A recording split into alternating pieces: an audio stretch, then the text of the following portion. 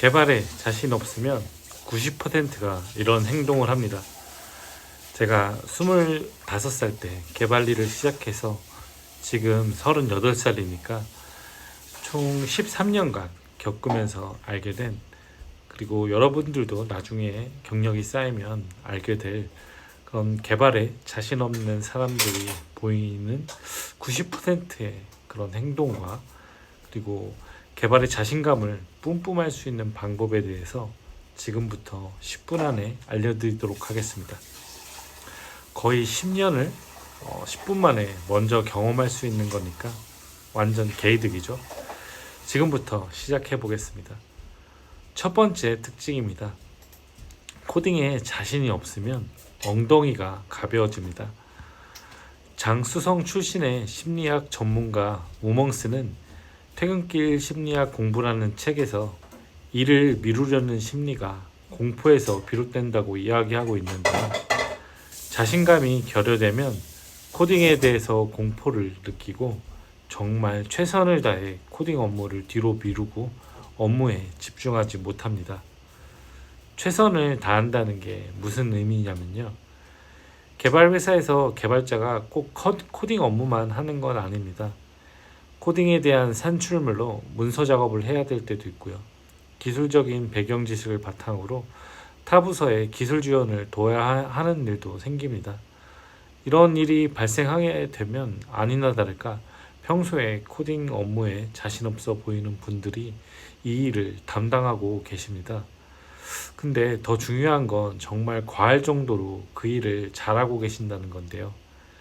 그 일이 끝나면 또 자신감이 떨어진 상태로 주변을 두리번거리며 엉덩이를 들썩들썩 집중을 못하시는 상태가 또 되십니다. 근데 전 코딩 말고 다른 일에 관심을 보이고 또 과하게 잘하는 행동이 좋은 시그널이라고 생각하는데요. 왜 그렇게 생각하는지 뒤에 솔루션을 말씀드리면서 이야기하도록 하겠습니다. 두 번째로 자존심이 세지 않다입니다. 사실 정반대의 이야기를 하고 싶었어요. 반대로 코딩을 잘하시는 분들의 특징이 자존심이 세다는 건데요. 특히 개발을 잘하는 개발자일수록 자존감이 굉장히 크시다고 생각합니다.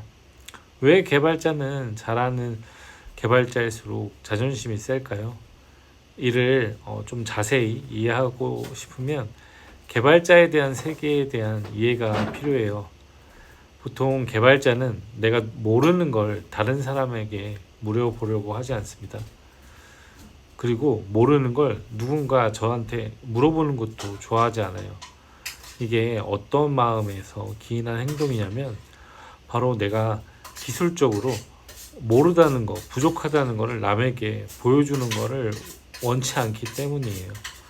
그 이유는 가수의 경쟁력이 춤, 노래 이런 실력적인 부분이듯이 개발자의 경쟁력 또한 이런 무에서 유를 창조하는 직업이기 때문에 기술적인 지식이나 경험, 이런 경험이 실력의 중요한 척도가 돼요.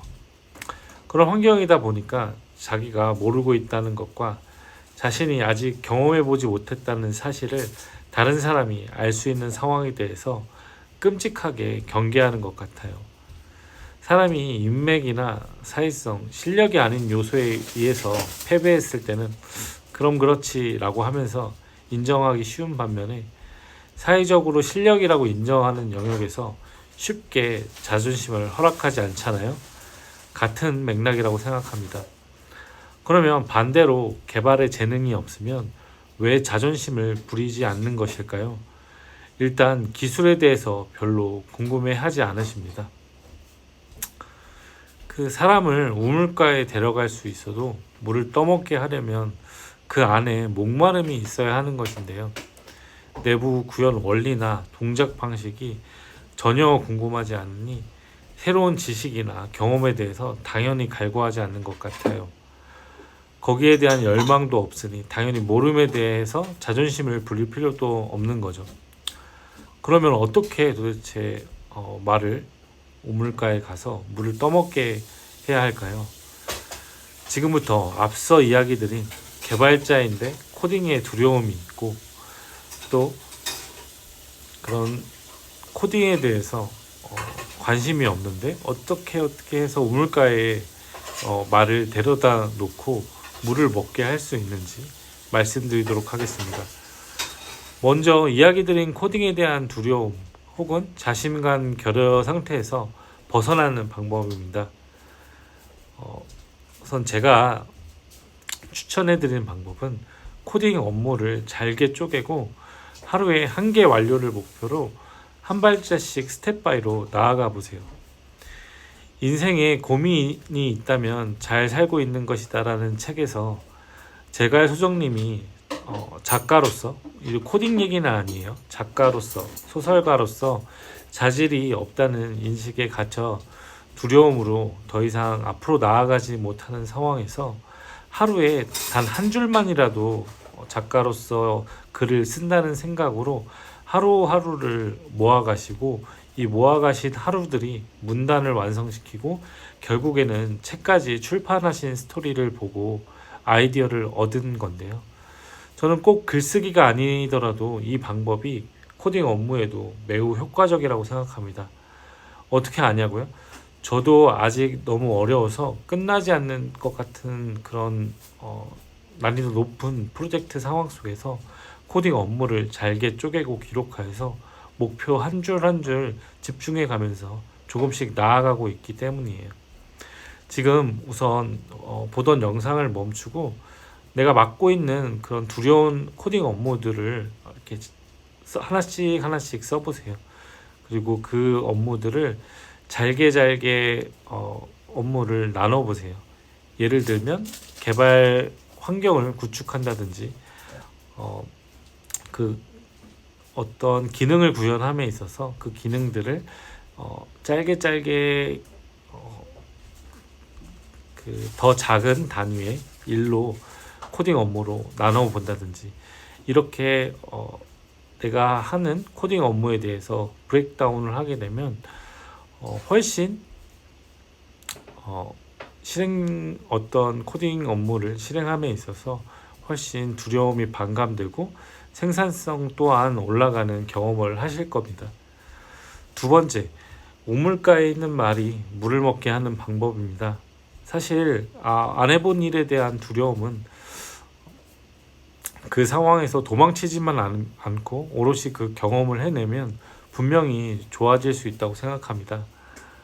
하지만 정말 어려운 건 기술에 대한 궁금증이나 관심이 다른 일들에 비해서 현저히 떨어지는 경우가 정말 문제예요. 예를 들어서 제 경우에 제가 7년 전에 중국에서 회사 생활을 했을 때 만난 동료가 사람들과 친화력도 엄청 좋으시고 계획이나 업무 추진력도 엄청 좋으셨는데요. 코딩 업무만 진행하게 되면 자리를 비우는 일이 눈에 띄게 늘어나는 그런 특징의 분이셨어요. 그렇다고 코딩 공부에 노력을 안 하는 건 아니었는데 제가 볼 때는 마치 숙제하듯이 퇴근해서 의무적으로 코딩책 좀 보다가 좀 잠이 들고 뭐 그런 생활이 이어지는 딱 그 정도의 느낌이었습니다. 근데 그 친구가 똑똑한 게 정말 팀장의 엄청난 만류에도 불구하고 생산 관리 쪽으로 팀을 옮겼는데요.